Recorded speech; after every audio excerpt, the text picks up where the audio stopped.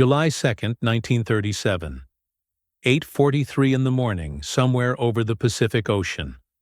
A voice cuts through the static on the Coast Guard cutter Itasca, anchored near Howland Island, and the words are broken, desperate, almost swallowed by interference.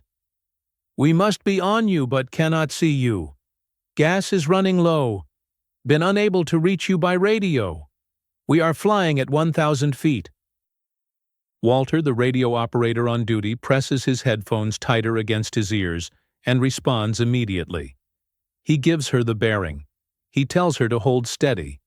He repeats the message 3 times, 4 times, 5 times. Nothing. Just static. Then her voice again, clearer now but somehow more frightened. "We are on the line 157337. We are running on line north and south." Walter tries again. He cranks up the power. He switches frequencies. He does everything the manual says and everything instinct tells him. She never responds. At 8:44, the transmission ends. Amelia Earhart, the most famous aviator in America, the first woman to fly solo across the Atlantic Ocean, the personal friend of Eleanor Roosevelt, and the face of an entire generation's dreams, vanishes into silence. What followed was the largest search operation in American history up to that point. 9 naval ships, 66 aircraft, 4,000 men scanning over 250,000 square miles of ocean. The cost reached $4 million, which today would equal roughly $80 million. They searched for 16 days straight, covering every inch of water where she could have possibly gone down, and they found absolutely nothing. No wreckage, no oil slick, no debris, no bodies. It was as if Amelia Earhart and her navigator Fred Noonan had simply ceased to exist, swallowed by the Pacific without leaving a single trace behind. But here is what the official reports never emphasized. Walter on the Itasca heard her clearly. She was close, maybe within 100 miles, probably less. Her signal was strong enough that he could make out individual words through the static. Yet every time he responded, she acted as if she heard nothing at all. The ship's radio equipment was working perfectly, tested multiple times before and after. So the question that haunted Walter for the rest of his life, the question that still haunts investigators 88 years later, is devastatingly simple. If he could hear her, why could she not hear him? The answer to that question leads somewhere dark, somewhere the official story never wanted to go. Because what should have been a 40-minute refueling stop on a tiny island in the middle of the Pacific was about to become the greatest unsolved mystery in aviation history. And 3 recent discoveries suggest that the world may have believed a lie for almost 9 decades. To understand what happened over the Pacific that morning, you first have to understand who Amelia Earhart really was. Not the legend, but the woman. By 1937, she was not just famous. She was a symbol of everything America wanted to believe about itself. Born in Kansas in 1897, she saw her first airplane at a state fair when she was 10 years old, and felt nothing special, she later admitted, just another machine making noise. But everything changed in 1920, when a pilot at a Los Angeles airfield took her up for a 10-minute ride over the city. By the time they landed, Amelia knew exactly what she would do with the rest of her life. She took odd jobs, saved every penny, and bought her first plane within 2 years. By 1932, she had become the first woman to fly solo across the Atlantic Ocean, covering over 2,000 miles in just under 15 hours, landing in a pasture in Northern Ireland because she ran out of fuel. The newspapers called her Lady Lindy. The president invited her to the White House. Eleanor Roosevelt became her close personal friend, so close that the First Lady once snuck out of a formal dinner to take a secret night flight with Amelia still wearing her evening gown. But behind the headlines and the ticker tape parades, there was a reality that Amelia kept hidden from the public. By early 1937, she was nearly broke. Her lectures were not selling out anymore. Her clothing line had failed. Her husband George, a publisher and promoter who had managed her career since 1931, was pushing hard for one more record-breaking flight, something spectacular that would put her back on the front pages and bring in the money they desperately needed. The idea was simple and terrifying at the same time. Amelia would become the first woman to fly around the world at the equator, the longest possible route, roughly 29,000 miles across oceans and jungles and deserts. She knew the risks. In a letter written just before departure, she told a friend, "I have a feeling there is just about one more good flight left in my system, and I hope this trip is it." Mitch, a veteran pilot who had known Amelia for years and had flown some of the same Pacific routes, met with her 3 weeks before the flight and warned her directly about the radio equipment on her Lockheed Electra. The system was unreliable over long distances, he said. She needed the long-range antenna or she would be flying blind. Amelia listened, nodded, and told him she would think about it. Then there was the problem of the navigator. The original plan included Harry, an experienced navigator who had worked with Amelia before and knew her tendencies in the cockpit. But Harry and George clashed over money and logistics, and just weeks before departure, Harry walked away from the project entirely. His replacement was Fred Noonan, a former Pan Am navigator with an impressive resume but also a troubled history with alcohol. Doris, one of Amelia's closest friends since their days together in Boston, would reveal decades later in an interview that Amelia had confided something troubling the night before the final leg of the journey. "She told me she had a bad feeling about that navigator," Doris said. "She did not trust him completely, but it was too late to find anyone else."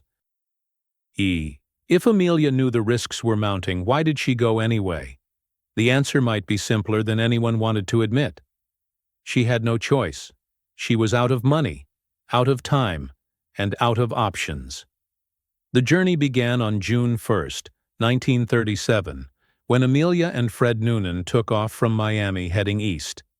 The plan was to circle the globe following the equator, the most dangerous route possible but also the most prestigious. 29,000 miles divided into roughly 30 stops, hopping from continent to continent, refueling in places most Americans had never heard of. The first legs went smoothly. South America, then across the Atlantic to Africa, then over to India and Southeast Asia. Newspapers tracked every landing, every takeoff, every wave from the cockpit window.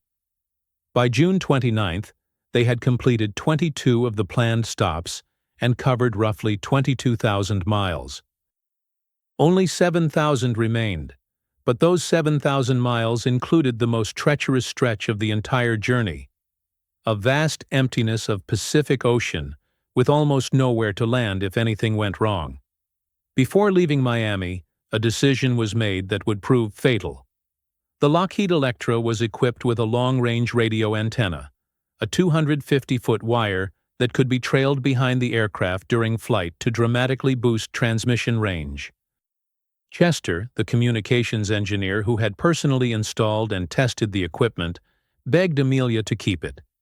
"That antenna is your lifeline over the Pacific," he told her. "Without it, you are flying deaf and blind." But the antenna added weight and complexity. It had to be manually cranked out and reeled back in. Amelia decided it was too cumbersome and had it removed entirely. In its place, she would rely on a shorter fixed antenna with far less range. Chester protested, but George overruled him. They were already behind schedule. There was no time for delays. On July 2nd, at exactly 0 hours, Greenwich Mean Time, Amelia and Noonan took off from Lae, New Guinea, heading for Howland Island. The distance was roughly 2,700 miles. Their fuel would last approximately 20 hours, maybe 21 if they were careful. Howland Island was their target, a flat strip of sand and coral barely 2 miles long and half a mile wide, sitting alone in the middle of the Pacific Ocean, with nothing around it for hundreds of miles in any direction. Finding it would be like finding a coin dropped somewhere on a football field, except the football field was dark, the coin was invisible, and you only had one chance to get it right. The Coast Guard cutter Itasca was anchored near Howland specifically to guide Amelia in. The ship would send radio signals. Amelia would follow those signals to the island. Simple in theory. But theory and reality were about to collide in the worst possible way. Here is what investigators pieced together later. Amelia and the Itasca were operating on different understandings of time. She was using Greenwich time zones. The ship was using local time zones. Their scheduled radio contacts were offset by hours without either side realizing it. When Amelia transmitted, the Itasca was not always listening on the right frequency. When the Itasca transmitted, Amelia could not hear them because her shortened antenna lacked the range to receive their signals clearly. It was a disaster of coordination, a cascading failure of communication protocols that no one caught until it was far too late. At 7:42 in the morning local time, Amelia's voice came through the static, strong and clear. "We must be on you, but cannot see you. Fuel is running low." Walter on the Itasca responded immediately, giving her bearings, telling her to circle, asking her to confirm. She never acknowledged. 18 minutes later, her final transmission came through. "We are on the line 157337. We are running online north and south." Then silence. The Itasca knew roughly where she was. The bearings she gave pointed toward a specific area of ocean. So why did the official search go in an entirely different direction? Within hours of that final transmission, the United States Navy launched what would become the most extensive air and sea search in American history up to that point. 9 warships spread across the Pacific. 66 aircraft flew grid patterns over 250,000 square miles of open ocean. 4,000 sailors and airmen scanned the water day and night for 16 consecutive days. The operation cost $4 million, a staggering sum in 1937 that would equal roughly $80 million today. And after all of that effort, all of those resources, all of those eyes looking in every direction, they found absolutely nothing. Not a piece of wreckage, not a fuel slick, not a life jacket or a scrap of clothing. The Pacific Ocean had swallowed Amelia Earhart and Fred Noonan completely, leaving behind only silence and questions.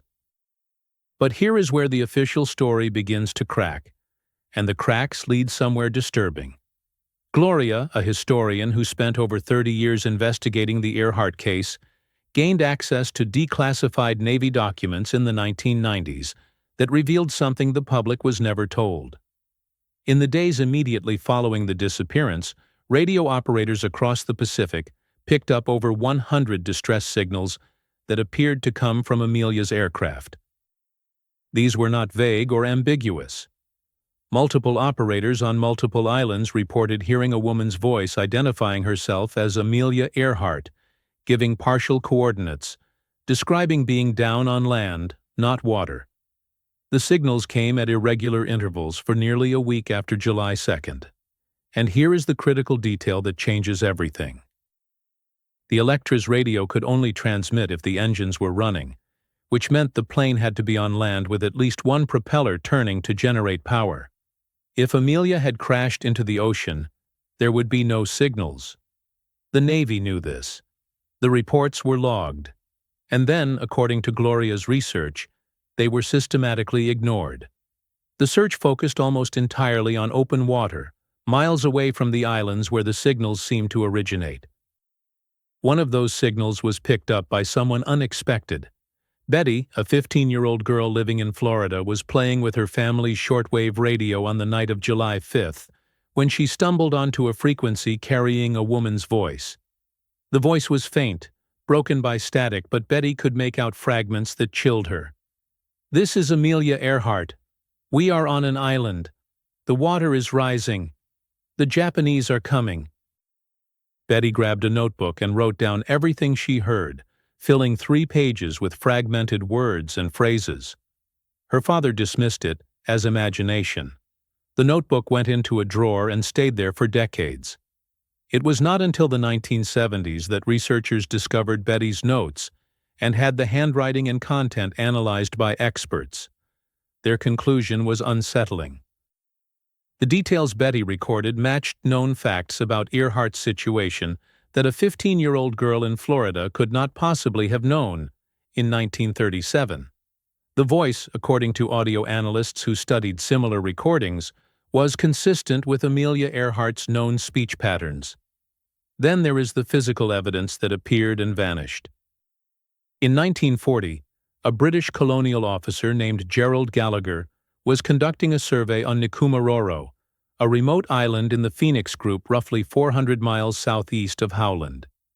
He discovered human bones scattered beneath a tree near the shoreline, along with fragments of a woman's shoe, a sextant box, and what appeared to be remnants of an American compact mirror. Gallagher sent the bones to Fiji for analysis, where a physician examined them and declared they belonged to a short, stocky European male. Case closed. Except it was not. Decades later, modern forensic scientists re-examined the original measurements using computer analysis and concluded the bones were actually consistent with a woman of Amelia Earhart's height and build. But by then, it no longer mattered. The bones had disappeared from the Fiji archives. No one knows where they went or who took them. And then there are the witnesses from the Marshall Islands, hundreds of miles north of the official search zone. Henry, a fisherman who was just a boy in 1937, told the same story for over 60 years until his death. He claimed that Japanese soldiers brought 2 American flyers to his island shortly after the disappearance, a woman with short hair and a tall man who seemed injured. Other islanders corroborated his account, 11 in total, each describing details that matched Amelia and Noonan. The Japanese government has always denied any knowledge of capturing American aviators. But recently declassified documents show that Japan was secretly building military installations throughout the Marshall Islands in 1937, installations they did not want anyone to know about, which raises an unsettling question. What if Amelia was not just lost? What if she saw something she was not supposed to see? There is one more theory, the darkest of them all, and it is the one that connects every loose thread into a pattern that the United States government has never wanted to acknowledge. By 1937, tensions between America and Japan were escalating rapidly. Military strategists in Washington knew that conflict was coming, perhaps not immediately, but inevitably. The problem was intelligence.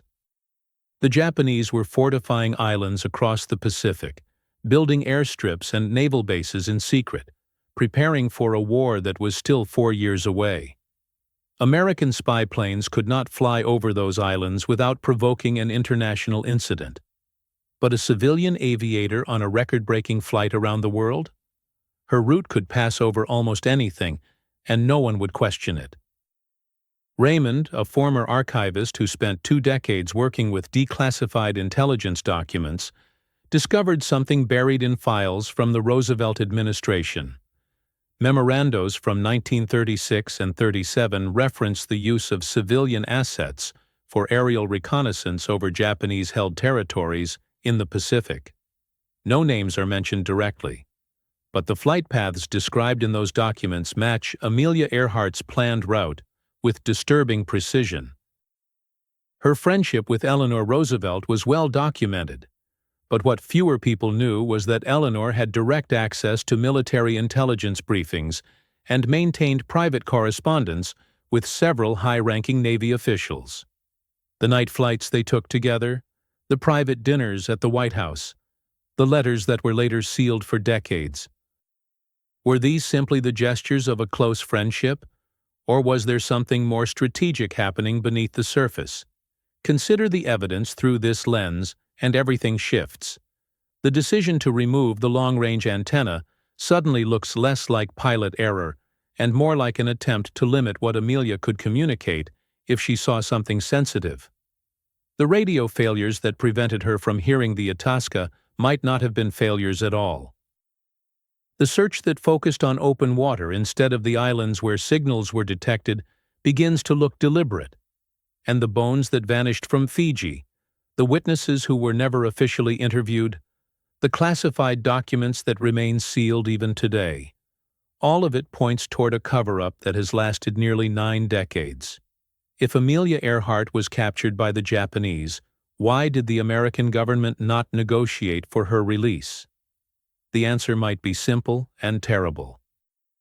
Acknowledging that she was in Japanese territory would mean admitting why she was there, and admitting that would reveal that the United States knew about Japanese military expansion years before Pearl Harbor, which would change the entire narrative of how America entered World War II.